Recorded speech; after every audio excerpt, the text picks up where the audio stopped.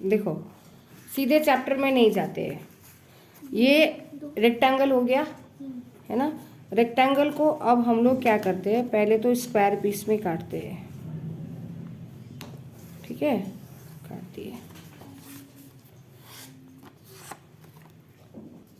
देखो square piece में काटा। अब हम लोगों ने क्या किया था, इधर से फोल्ड किया, एक्स्ट्रा पेज जो था उसको काट के हटा दिया। अब ये जो मैंने ऐसे फोल्ड करते समय जो ये मैंने ट्रायंगल बनाया, मतलब ट्रायंगल सॉरी, ये जो लाइन बनाया है ना, ये तुम लोग क्या देख सकते हो कि एक कॉर्नर से दूसरे कॉर्नर को आराम से टच कर रहा है। दिख रहा है बीच का लाइन, दिख रहा है ना। अब इसको तुम इधर से भी फोल्ड करोगे तो बात वही होना चाहिए। ठीक है, ये पॉसिबल कब है, जब ये मेरा स्क्वायर है तब पॉसिबल है। अभी हम सीधे टॉपिक में नहीं जा रहे, ये भी मैं बोल देती हूँ। ये चीज़ है, अब ये स्क्वायर बन गया। अब ये चीज़ देखो, यहाँ पे भी तुम देखोगी क्या कि एक कॉर्नर से दूसरा कॉर्नर में मेरा ये लाइन बना हुआ है। तो एक कॉर्नर से दूसरे कॉर्नर में लाइन जब बन जाता है तो ये बीच का जो दो लाइन तुम लोग को दिख रहा है, दो लाइन्स है ना, ये दो लाइन्स को हम लोग बोलेंगे डायगोनल। ठीक है, क्लियर है इतना। अब ये डायगोनल बना लिया मैंने। अब इसको मैंने मान लो, अब पेपर की बर्बादी कर रही हूँ मैं, ऐसे काटूंगी। ठीक है, यहाँ से ये मैंने ट्रायंगल काटे। अब ये दो ट्रायंगल बन गया, उसी स्क्वायर को काटा था। काटना थोड़ा केयरफुली, नहीं तो फिर देखो ये ऐसा बर्बादी हो जाएगा तो दिक्कत है। लेकिन टॉपिक समझ लो। अब इस ट्रायंगल को जब हम लोग एक दूसरे पे ऐसे चढ़ाते हैं तो हम लोग क्या देख रहे हैं कि ये साइड और ये साइड कहीं से भी विजिबल आ रहा है, इसमें नहीं आ रहा है ना। तो एक स्क्वायर को मैंने एक स्क्वायर में मैंने डायगोनल बनाया और कोई एक डायगोनल से मैंने ट्रायंगल को काट दिया। वो ट्रायंगल को मैं जब ट्रायंगल के ऊपर पे ऐसे चढ़ाती हूँ तो मैं देख रही हूँ कि क्या देख रही हूँ मैं, कि ना इधर से ना इधर से ना इधर से, मतलब ट्रायंगल के तीनों साइड से कहीं से भी एक्स्ट्रा पेपर नहीं निकल रहा है। इसका मतलब क्या है, ये दोनों ट्रायंगल कॉन्ग्रुएंट है, इक्वल है। साइड से हो, एंगल से हो, कोई भी चीज़ से ये ट्रायंगल क्या हो जाता है, कॉन्ग्रुएंट। हाँ, इक्वल। तो ये कॉन्ग्रुएंट ट्रायंगल हो गया। यही चीज़ को हमें अपने टॉपिक में समझना है। अब देखो क्वेश्चन होता है कि पिक्चर में कैसे बनाएंगे। अब हम लोग ना सिंपल, अभी मैं बस सिंपली बता रही हूँ। अब मैंने जीरो से लिया और 8 पे मैं गई। अभी हम लोगों ने स्क्वायर में देखा था ना, करेक्ट। 0 से गए स्क्वायर में, सॉरी 8 में। अब ये चारों बगल से स्क्वायर का क्या है, चारों साइड इक्वल होता है। तो फिर 0 से जाएंगे 8 में, फिर 0 से जाएंगे 8 में। डिवाइडेड होता तो बहुत आसानी से होता है, ये जो तुम लोगों ने मुझे काम करवाया है ना। 8 में गए और उसके बाद 0 से गए 8। अब ये 8 ज़्यादा हो जाता है। देखो यही चीज़ होता है ज्योमेट्री में, जो डिवाइडर होता है, डिवाइडर से दोनों तरफ से हम लोग मेज़र करके काम कर सकते हैं आराम से, आसानी से, टेढ़ा मेढ़ा नहीं बनता उसमें। 8 तक गए, बन गया ये चारों साइड। अब तुम लोगों ने देखा पिक्चर के लिए मैंने चारों साइड से कितना सेंटीमीटर काटे, 0 to 8, मतलब ये हो गया 8 सेंटीमीटर, ये भी हो गया 8 सेंटीमीटर। ये हम लोग स्क्वायर के साथ काम कर रहे हैं, करेक्ट। अब जो हम लोग डायगोनल देते हैं ना, इस पॉइंट से इस पॉइंट एग्जैक्ट आना चाहिए। इसमें क्या होता है ना, कभी कभी जब हम लोग डायगोनल बनाने लगते हैं तो रैंडम, जैसे रेक्टेंगल में जैसे डायगोनल बनाएंगे, जैसे ऐसे अगर हम लोग नाप लेते हैं, इसको नापो, ये पेपर को नापो, यहाँ से जाएंगे तो डायगोनल यहाँ से बाहर निकलने का चांसेस है ना। तो ये कॉर्नर से यहाँ से जब हम लोग ऐसे मेज़र कर रहे हैं, ऐसे मेज़र करोगी तो ऐसे जब जाता है तो डायगोनल यहाँ से क्रॉस हो जा रहा है। ये फिर डायगोनल नहीं होगा, हमको वर्टेक्स टू वर्टेक्स ही आना चाहिए डायगोनल हमेशा। बात आई समझ में, हमेशा। अब वर्टेक्स से यहाँ से क्रॉस हो जाएगा तो इट इज़ नॉट डायगोनल।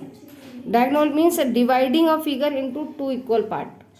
इधर का भी इक्वल होना चाहिए, इक्वल इधर का भी इक्वल होना चाहिए। तो अब जब हम लोगों ने ये डायगोनल बनाया तो ये क्या हो जाएगा, ये ट्रायंगल इज इक्वल टू ये ट्रायंगल होना चाहिए। बात आया समझ में, तुम्हारा ये भी बात खत्म हो गया है। कि हाँ मैम ये तो आपने पेपर में बनाया, तो अब ये ड्राइंग करके दिखा दीजिए। दिखा दिए। और कोई प्रॉब्लम? अब दिक्कत प्रॉब्लम नहीं है तो अब हम लोग जाएंगे टॉपिक में।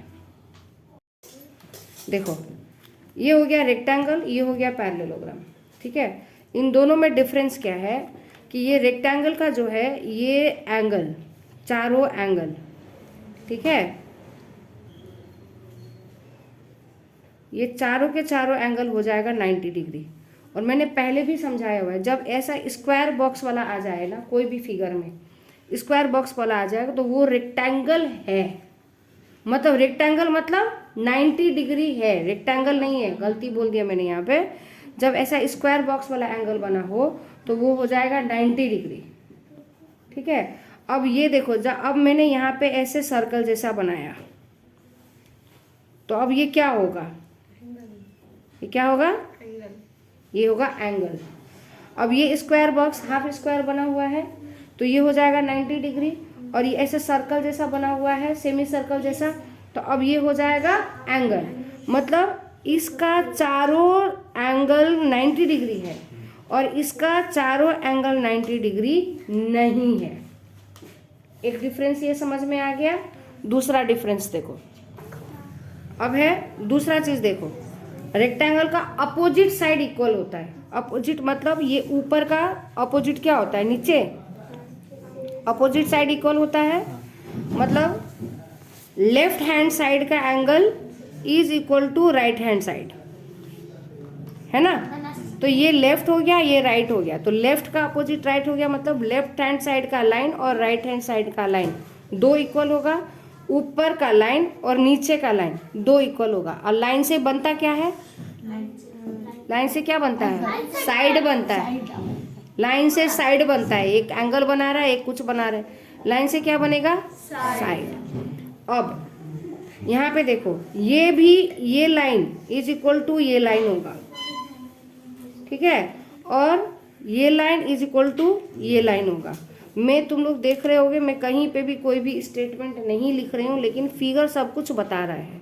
फिगर क्या बता रहा है कि मैंने यहाँ पे दो लाइन दिए, यहाँ पे दो लाइन दिए, ऊपर में भी मैंने दो लाइन दिया है, मतलब ये साइड बराबर ये साइड हो गया। और फिर यहाँ एक लाइन दिया, फिर यहाँ एक लाइन दिया, मतलब ये साइड बराबर ये साइड हो गया। वैसे यहाँ दो लाइन दिया है, यहाँ दो लाइन दिया है, मतलब ऊपर वाला लाइन इज इक्वल टू नीचे वाला लाइन। और यहाँ तीन लाइन दिया, यहाँ तीन लाइन दिया, मतलब लेफ्ट साइड का लाइन बराबर दूसरे साइड का लाइन, और लाइन से क्या बनता है, साइड। ये सिमिलैरिटी है पैरेललोग्राम और रेक्टेंगल का। डिफरेंस क्या था, रेक्टेंगल का चारों तरफ 90 डिग्री है, चारों एंगल 90 डिग्री है, पैरेललोग्राम का चारों एंगल 90 डिग्री नहीं होता है। रेक्टेंगल का एक और पॉइंट है कि आपका अपोजिट साइड पैरेलल रहेगा। मतलब पैरेलल मतलब इधर से जाएगा, जैसे रेलवे ट्रैक है ना, जैसे ये रूलर है, ये रूलर से अगर हम लोग ऐसे लाइन बनाते हैं तो ये लाइन एक दूसरे से टच जिंदगी में कभी नहीं करेगा। क्या ये लाइन एक दूसरे से कभी टच करेगा? नहीं करेगा, पैरेलल लाइन है, क्योंकि ये पैरेलल लाइन है। तो अब इस लाइन को भी हम लोग सीधा बनाते चले जाएंगे तो ये कभी भी एक दूसरे के साथ टच नहीं करेगा। पैरेलल लाइन मतलब होता है जो एक सीधा लाइन में जाता।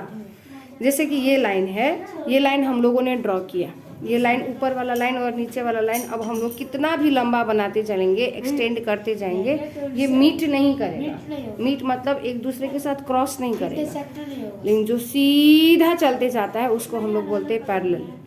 तो इसका ये लाइन और ये लाइन पैरेलल जा रहा है, और ये लाइन और ये लाइन पैरेलल जाएगा, है ना। इसका भी पैरेलल जा रहा है, इसका भी पैरेलल जा रहा है। इतना क्लियर है? पॉइंट नंबर 1, इसका पॉइंट नंबर 1 क्या है, angle A is equal to angle B is equal to angle C is equal to angle D, और ये सारे के सारे इक्वल टू कितना, 90 डिग्री। ये क्लियर है? क्लियर है ना?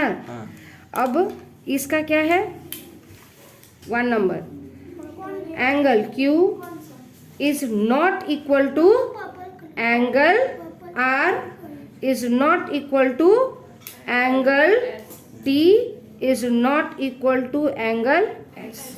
ये क्लियर है? ये एक दूसरे से इक्वल नहीं है। इतना क्लियर है? ठीक है। अब 2 नंबर में जाओ। हम लोगों ने 2 नंबर में क्या पढ़ा? अपोजिट साइड, साइड को कैसे लिखते हैं? ए बी लिख दिया, ए बी के ऊपर में ऐसे लाइन बनता है, तब वो हो जाएगा side. A B is parallel, ये पैरेलल का साइन है, ठीक है, parallel to D C. Clear है? अब दूसरा है A B is equal to D C. ये हो गया। यहाँ पे साइड, ये सिंबल नहीं देखा है हम लोगों ने बुक में कहीं पे। A B is parallel to D C, A B is equal to D C, ये दोनों लाइन यूज होता है तो वो साइड क्रिएट हो गया। तो हमको बोलना है कि ये साइड पैरेलल जाएगा और ये साइड इक्वल टू ये साइड होता है। ये सिंबल यूज करना ज़्यादा बेटर है, ठीक है। यहाँ पे भी वही चीज़ होगी, सिमिलैरिटी मैंने बोला था ना इससे पहले, इस पैरेलल होगा और ये इक्वल होगा। समझे? समझ में आया ना इतना? अब सेम चीज इस साइड के लिए होगा।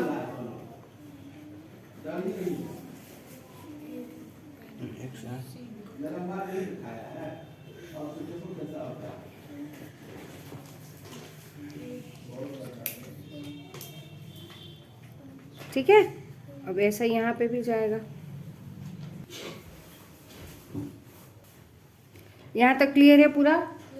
अब ये जो रेड लाइंस मैंने बनाए ना, इससे पहले मैंने बताया था कि एक वर्टेक्स मतलब एक कोने से दूसरा कोने तक जब वो लाइन सीधा खींचा जाता है, कोना से कोना ही आना चाहिए, 2 ट्रायंगल इक्वली बटाना चाहिए।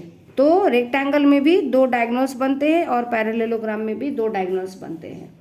अब ये जो चीज़ें पढ़े हो, जो रेक्टेंगल और पैरेललोग्राम के बारे में पढ़े हो, उसी के रिलेटेड तुम लोगों को क्वाड्रिलेटरल में मूव करना है, क्योंकि क्वाड्रिलेटरल मतलब होता है 4 साइड 4 एंगल, ठीक है ना। 4 एंगल जब भी हो गया तो 4 वर्टेक्स हो गया और 360 डिग्री। इस चीज़ के बारे में जानना है। पहला थ्योरम तुम लोग का क्या था? अ diagonal of parallelogram divides it into 2 congruent triangle. Congruent triangle समझा दिए। अब इसको समझना है और इसको काम करना है। मेन फंडा ये है, फिर जाके थ्योरम है। समझे?